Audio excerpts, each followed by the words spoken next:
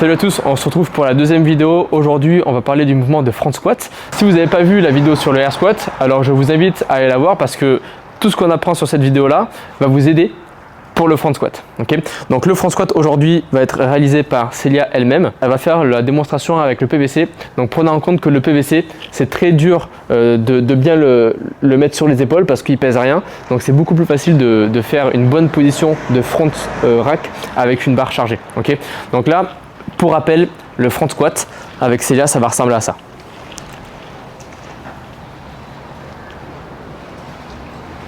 Okay. Et de côté, ça donne ça. Donc si vous avez vu la vidéo sur le air squat, vous savez qu'il y a plusieurs choses à prendre en compte sur le squat. Okay, là, le point qu'on va revoir avec Célia pour le front squat, ça va être déjà le placement. Okay, donc les pieds, rappelez-vous, on va les placer largeur d'épaule, comme ça. On écarte les pointes de pied et les talons. Une fois que vous avez placé les pieds, il va falloir placer les mains. Okay, et c'est ça aussi qui va changer par rapport au air squat. Okay, donc pour bien placer les mains, je vais demander à Célia d'écarter les mains sur le PVC, de tendre les pouces et de ramener les pouces contre les cuisses.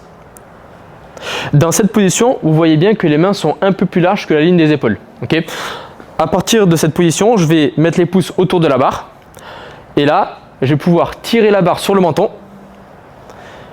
Et là, je vais pouvoir aussi lever les coudes. Okay, donc là, rappelez-vous, un PVC, ça pèse rien. Et donc là, pour nous aider à avoir une position correcte sur le front squat avec un PVC, je vais demander à Célia de mettre le PVC sous le menton et de le caler ici. Okay, si jamais votre mobilité vous empêche de garder une position comme ça, alors là, ce que vous allez faire, c'est mettre seulement 2 doigts sous le PVC.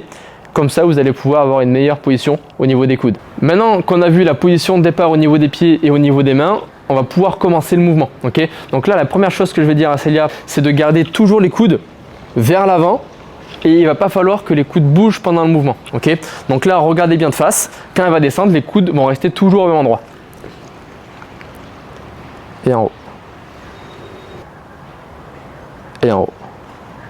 Okay, donc si jamais vous avez un athlète qui descend les coudes pendant le mouvement, comme ça, là, vous avez vu que sa position elle est plus du tout optimale et que s'il y a une barre chargée sur les épaules, ça va lui poser problème. Donc là, je vais pouvoir dire à mon athlète, ok Célia, sur la prochaine, lève les coudes quand tu descends. Ça va donner ça.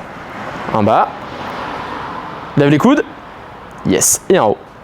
Donc là, vous avez vu, la position a directement été corrigée. Si jamais, malgré cette correction, j'ai un athlète qui galère un petit peu à garder les coudes hauts, je vais pouvoir lui demander de faire lentement le mouvement et lui donner une cible avec les doigts et elle ne va pas devoir toucher les doigts avec ses coudes. Maintenant, descends sans toucher mes doigts.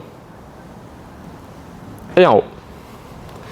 Si avec cette indication, vous arrivez à corriger la position de la tête, alors c'est top.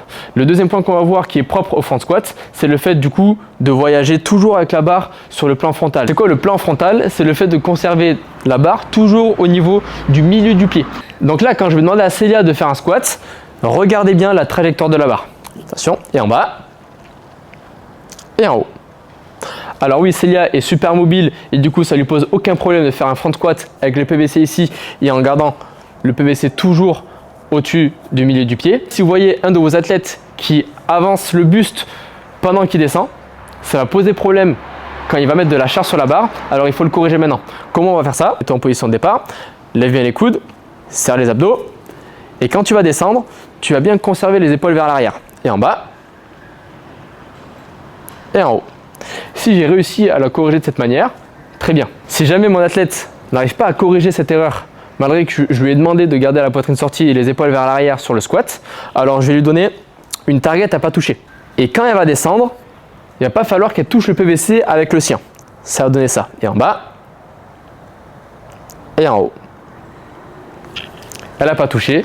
On a réussi. Donc rappelez-vous les points importants sur le squat, l'amplitude, la trajectoire des hanches, les genoux à l'extérieur. Et là maintenant, ce qu'il va falloir rajouter sur le front squat, c'est la position des coudes qui doit rester bien haute pendant tout le mouvement et aussi la barre qui doit voyager toujours au-dessus du milieu du pied pour garder une bonne position et une bonne technique.